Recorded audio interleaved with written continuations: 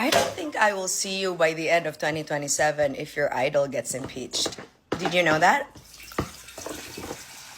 Did you know that if she gets impeached, bisan barangay Kagawa, di siya kadagan? As in, ang iyang pwede daganan, PTA president na lang, besh. Aware mo, ana? Aware pod mo that she was dismissed or the case against her for impeachment was dismissed by the Supreme Court. Dili tungod kay, dili siya impeachable tungod kay walay proof, ha? But tungod sa technicality. Meaning, ang impeachable offense niya, wa pa nastoryahan. So, unsay see you in 2028 kung 2027 pa lang na-impeach na inyong manang? Pag-sure mo ba yun? Di ba? Nakabitaw ng ningon sa mga presidente sa sayo. Kay nang hulga na nagmanga congressman sa Congress. Kay kung kanang yang upat ka impeachment, mulusot na tanan or mulusot ng isaan na goodbye bunot. Kay maabli ng tanang mga kabuang o ilang mga bangko, saxper na siya tanan bish. Not only that, ang iyang mga kaso outside sa impeachment. Kibaw mo pila ka buok? Sure mo, ana? Bisan pag magpanon si Louis Litt, Harvey Specter, o Jessica Pearson, ng mga abogado niya, besh, lisod na. And believe me, 2026 pa lang ron, besh, Ayaw i-confidence sa CEO sa 2028. Kay maobitaw na siya nga nag-announce early nga mudagan siya presidente because nagulga-hulga ng mga congressman. Kung ang congressman iyang mahulga-hulga, di pa siya sure. Because dili iya ang majority sa Congress, my loves. Dili iya, ha? Unyog, malusot na. Sure mo. Sure mo sa Senate, iya gihapon. Di na magpakita tong isa. Si Dawat Sildo, ay so trabaho. Mulag siya. Ayaw ka, bes. Ayaw ka, see you in 2028. Ayaw pag binulok, pareha si mong idol. Kaya napay 2026, napay 2027. No? Huwag kita kibaw, uro mo na, di na kamataugma. Nababay. Ayaw.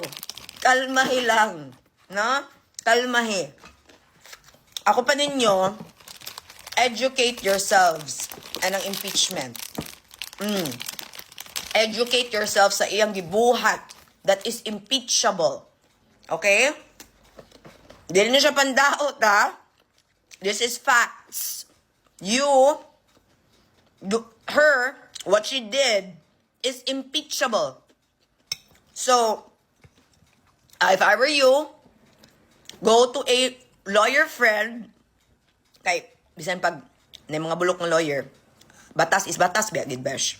Patudlo. Unsay mahitabo si mong idol nga, super bright. Nagbasa na lang gani, nakalisod pa. Yatay man mo,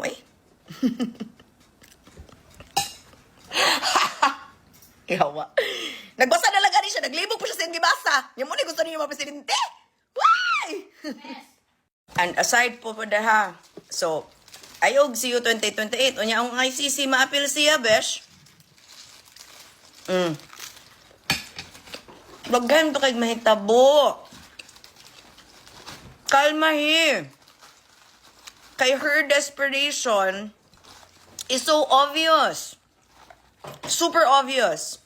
Pero syempre, sa mga bulok, ay grabe ka. Confident kay mga bulok. Oy, kay confidence na may nain nyo. Huwag may capability. Huwag nga na ay. Ay, dili na pwede ipadagan ang Pilipinas on confidence alone, my love. You need capabilities to do it. Something that your idol does not have. Nakalisod pag is intelligence. Ha? Mas mo to, pa kung si Zulaika ang mudagan ng presidente. Hala, sige. Kaya kada si Zulaika, mamunjoy nagtrabaho po. Buyag. Davao City pa na sa una. Pero kung siya, mag-sor bayot. Mana ha, mga mahal ko sa buhay. Ayaw ko nag-see you in 2028. Kay tomorrow is not assured. Okay? Tomorrow is not assured. Basta ikaw nga nag-comment, ugma, urumon ka, di nakakamata, ugma, babay. Uro niyang hapon, mag-siesta ka, di nakakamata, babay. Huwag kakibaw. Ang importante, that you are aware that ang inyong love and loyalty will not save her from the cases that she has to face. Just the same way that your love and loyalty and blind support is not going to replace whatever it is that she needs to face. Just the same way nga mo na gi-face po ni PRRD sa ICC. At least si PRRD sa ICC is honorable enough to face what he has to face because he is accountable for what happened during his presidency. Something that bisan ka na lang gani accountability di gani kaya sa iyang anak. Mapresidente pa ka ha. And ayaw mo ka-confident nga mudaog mo ha kay dili tanan Bisaya DDS. Did you hear what happened sa anti-political dynasty forum sa Cebu gahapon? Lumi ko ayo ang impeach her. Bisaya to. Taga Cebu to. Kay dili taga Cebu, besh, I told you this. Dili taga Cebu DDS. Predominantly, yes, of course, daghan. Pero daghay gahilom-hilom nga di na lang makigtigi og bugo. Kay daghay mga taga Cebu nga gahilom-hilom. Loyal sa amahan, pero dili na sa mga anak. Sabay-sabay lang na sa panon, kay dili na gustog samok. Kay nga na ang lakaw sa bright. Palamian ra ka ana, nga suportado ka. But the reality of politics in the Philippines, my love, is self-survival. They are not going to hitch their lives, their political lives and political careers on somebody that isn't sure. On somebody that can't even regulate her own emotions. Unsaon man na, og makigtigi na siya other world leaders niya, sa puton siya, unsaon man na, dauton siya mga trolls. Diba? Sa puton mo ana sa laing mga world leaders nga biklon siya bayot. Unsaon man na nato ato nang i-bash sa Facebook? Di naman gani ko ninyo kaya nga ako rani. Diba? Gadaster man gani ko. Kuan naman gani mo na tarantar naman gani mo tanan mo ako'y dapat ma-worry.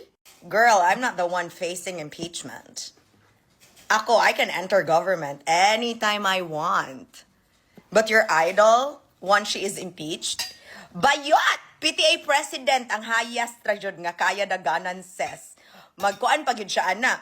Di pagid siya sure ana. Kaya kung naay mga kakamping nga parents eskwelahan, ana babay siya samot.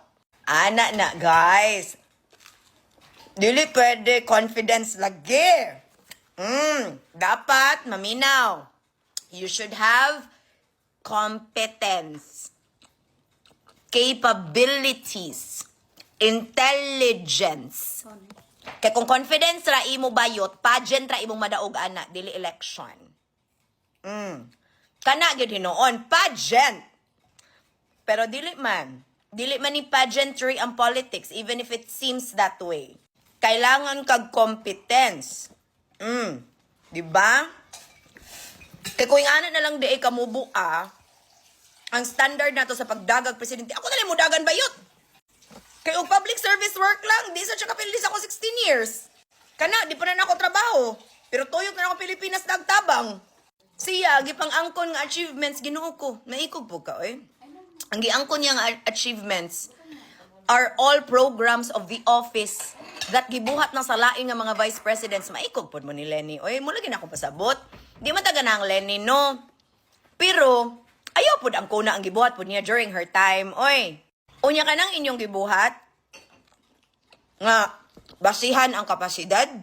Digid ka daog inyong idol besh. Muhuwat na lang kong Vico. Kanan na lang siguro, muhuwat na lang ko ni Vico. Pero sa 2028, she's so sure that she will run for president. But she isn't sure if she can. Because once impeached, she won't be able to. Kasabot, mga loves ko sa buhay. Ingat!